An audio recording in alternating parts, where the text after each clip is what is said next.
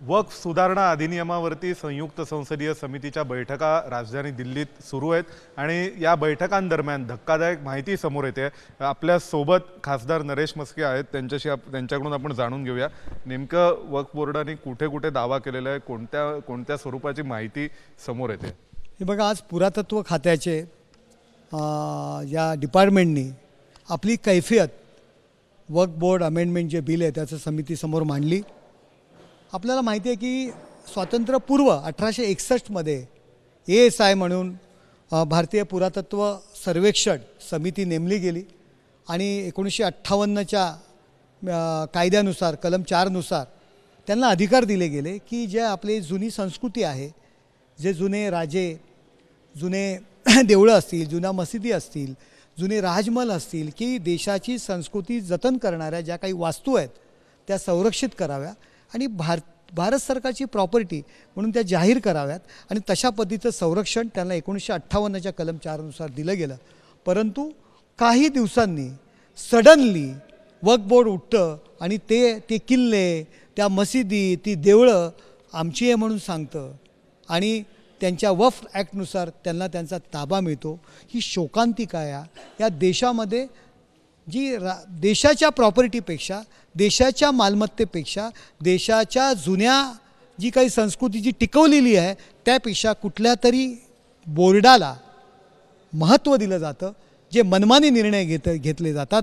ही शोकांतिका आहे आणि त्याच्यामध्ये त्या कायद्यामध्ये सुधारणा व्हावी या हेतूने हे अमेंडमेंट बिल आलेलं आहे। तुम्हाला उदाहरण देतो की आपल्या महाराष्ट्रामध्ये की जे संभाजीनगरचा दौलताबाद किल्ला आहे तो 1951 साली संरक्षित झाला भारत सरकारचा म्हणून। 1973 साली वक्फ बोर्ड उठतं आणि सांगतो आमच्या मालकीचा आहे। त्यानंतर बीबी का मकबरा जे आपण म्हणतो, आपण इतिहासाच्या पुस्तकातसुद्धा संभाजीनगर या ठिकाणी आहे, 1951 साली भारत सरकारचं आहे म्हणून संरक्षित होतं। 1973 साली वक्फ बोर्ड त्याच्यावर अधिकार सांगतं। औरंगजेब का मकबरा जो खुलताबाद या ठिकाणी आहे 1951 साली संरक्षित होतं, 1973 साली तो आमचं आहे म्हणून सांगितलं जातं। जामा मशीद 1920 साली संरक्षित झाली। वक्फ बोर्डकडे अजिबात त्याचा पुरावा नाही, कुठल्या साली त्यांची काय प्रॉपर्टी होती। वक्फ बोर्ड डिक्लेअर करतं ही आमची प्रॉपर्टी आहे। उत्तर प्रदेश, राजस्थान, अनेक राज्यांमध्ये ही परिस्थिती आहे। देशापेक्षा, देशाच्या संपत्तीपेक्षा कुठल्या एका संस्थेची प्रॉपर्टी ही महत्त्वाची आहे का? ती संस्था महत्त्वाची का? देशाच्या कायद्यापेक्षा एका संस्थेला महत्त्व देणं हे योग्य आहे का? आणि याकरता या सरकारने त्या वक्फ बोर्डाचं जो काही बिल आहे त्याच्यामध्ये सुधारणा विधेयक आणलेलं आहे। त्याकरता सर्व पक्षीयांनी त्यांना पाठिंबा द्यायला पाहिजे। देशाची प्रॉपर्टी, देशाची संपत्ती, देशाची संस्कृती जी आहे ती टिकवायला पाहिजे। ऐतिहासिक गोष्टी आहेत त्या लोकांना पुढे येणाऱ्या पिढीला कळल्या पाहिजेत।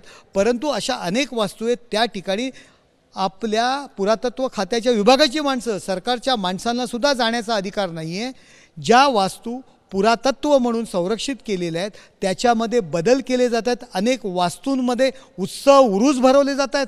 अनेक ठिकाणी त्या वास्तूमध्ये एन्क्रोचमेंट, अतिक्रमण केलेलं आहे आणि त्याचा उपयोग, त्यातून येणाऱ्या संपत्तीचा उपयोग देशाच्या विरोधात केला जातो आहे। मी तर त्या ठिकाणी सूचना मांडलेली आहे की ज्या प्रॉपर्टीमधून देशाच्या विरोधात ती वापरली गेलेली संपत्ती आहे त्याचा पुरावा आला की देशाच्या विरोधात जर काही कारवाया होत असतील तर त्या प्रॉपर्ट्या सरकारने ताब्यात घ्यायला पाहिजेत। सर, एक प्रश्न असा विचारायचा होता की महाराष्ट्रामध्ये अनेक छत्रपती शिवाजी महाराजांचे शिवकालीन किल्ले आहेत आणि ज्यावेळी पुरातत्व संपत्तींचा विषय येतो त्यावेळी खूप महत्त्वाचा प्रश्न असतो तो शिवछत्रपतींच्या किल्ल्यांचं काय होणार। अनेकदा राजकीय लोकांकडून वक्तव्य केली जातात की स्मारक कशाला बांधताय, त्यांच्या किल्ल्यांचं पुनर्बांधणी करा किंवा जीर्णोद्धार करा। तर अशा वेळी या वक्फ कायद्याचा परिणाम नेमका त्या सगळ्यावर काय होणार आहे? अहो, वक्फ बोर्डाने अनेक वास्तू आहेत की असा कुठला किल्ला नाही की छत्रपती शिवाजी महाराजांनी जिंकला नाही, असा कुठला किल्ला नाही की पेशव्यांनी जिंकला नाही, असा कुठला किल्ला नाही आहे की त्या ठिकाणी आपल्या राजांनी तो जिंकला नाही आहे। परंतु एखादी त्या ठिकाणी मस्जिद असली, 4 मुस्लिम बांधव त्या ठिकाणी नमाज पढत असले की तो वक्फ बोर्डाच्या मालकीचा होतो। हा कुठला कायदा आहे? बरं, तुम्हाला याकरता आपल्या देशामध्ये जर न्याय मागायचा असेल तर तुम्हाला जर न्याय मिळाला नाही तर तुम्हाला हायकोर्टात जाता येतं, सुप्रीम कोर्टात जाता येतं। यामध्ये तुम्हाला वक्फ बोर्डाच्या ताब्यात जर प्रॉपर्टी गेली तर वक्फ बोर्डाच्या ट्रिब्युनलमध्ये जायचं। त्यात तुम्हाला जर न्याय मिळाला नाही तर तुम्हाला पुढे हायकोर्टात जाण्याचा अधिकार नाही, तुम्हाला सुप्रीम कोर्टात जाण्याचा अधिकार नाही. अरे या देशाच्या कायद्यापेक्षा तुमचा कायदा वेगळा आहे का? परंतु केवळ मतांच्या लाचारीकरता, एका विशिष्ट समुदायाची मतं मागण्याकरता या बिलाला विरोध करण्याचा काही लोक प्रयत्न करत आहेत. आणि हा जो कायदा आणलेला आहे त्याच्या मागचा अर्थ गरीब मुसलमानांच्या, गरीब अल्पसंख्याक बंधू भगिनींच्या फायद्यासाठी हा कायदा आणलेला आहे. वक्फ म्हणजे काय हो? मला आवडणारी वस्तू, माझी आवडती संपत्ती मी देवाला देतो. कशाकरता देतो? तर गरिबांच्या कल्याणासाठी. कुठल्या वक्फ बोर्डाच्या ताब्यात असलेल्या जमिनींवरती कॉलेजेस काढलेत? कुठल्या वक्फ बोर्डाच्या जमिनींवरती हॉस्पिटल्स काढलेत? कुठल्या वक्फ बोर्डाच्या जमिनींवरती गरिबांकरता कल्याणकारी रोजगाराची साधनं काढलेत? अजिबात नाही. आणि याकरता ही सुधारणा बिल येणं गरजेचं आहे. तुम्ही तुमचे विरोधक असलेल्या महाविकास आघाडीच्या घटक पक्षांना, विशेषतः उद्धव ठाकरे शिवसेना आणि शरद पवारांची राष्ट्रवादी, त्यांना काय सांगाल या कायद्याच्या अनुषंगाने? त्यांचेही सदस्य कमिटीमध्ये आहेत.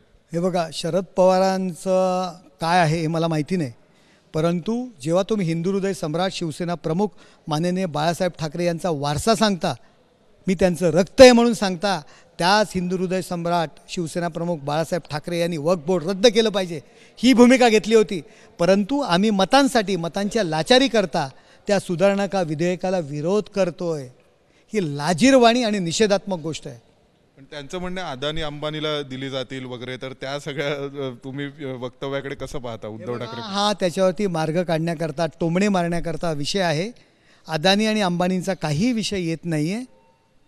यामध्ये केवळ मतं मिळण्याकरता, लोकसभेमध्ये ज्या पद्धतीने मतं मिळवली त्याच पद्धतीमध्ये विधानसभेत मतं मिळायला पाहिजेत, पण कुठल्या तरी समाजाचं लागून चालन करण्यासाठी आहेत. आणि खऱ्या अर्थाने त्या वक्फ बोर्ड अमेंडमेंट बिलमध्ये मुस्लिम महिलांना, आपण एकीकडे महिला आरक्षणाचा विषय करतो, महिलांना प्राधान्य द्यायला म्हणतो, तर 2 मुस्लिम महिलांना त्या ठिकाणी त्या वक्फ बोर्डाच्या ट्रिब्युनलमध्ये घ्यावं हे सुधारणा विधेयकामध्ये आहे. का विरोध करताय तुम्ही त्याला? केवळ मतांसाठी लाचारी करणं आणि समाजामध्ये चुकीच्या पद्धतीने गैरसमज पसरवणं हा त्याच्यामागचा उद्देश आहे. तर आपल्यासोबत होते शिवसेनेचे खासदार नरेश म्हस्के, ज्यांनी प्रश्न विचारलेला आहे थेट उद्धव ठाकरेंच्या शिवसेनेला की तुम्ही का विरोध करताय वक्फ बोर्ड सुधारणा विधेयकाला. व्हिडिओ जर्नलिस्ट प्रवीण दीक्षितांसह सोमेश कोलगे, एबीपी माझा, नवी दिल्ली.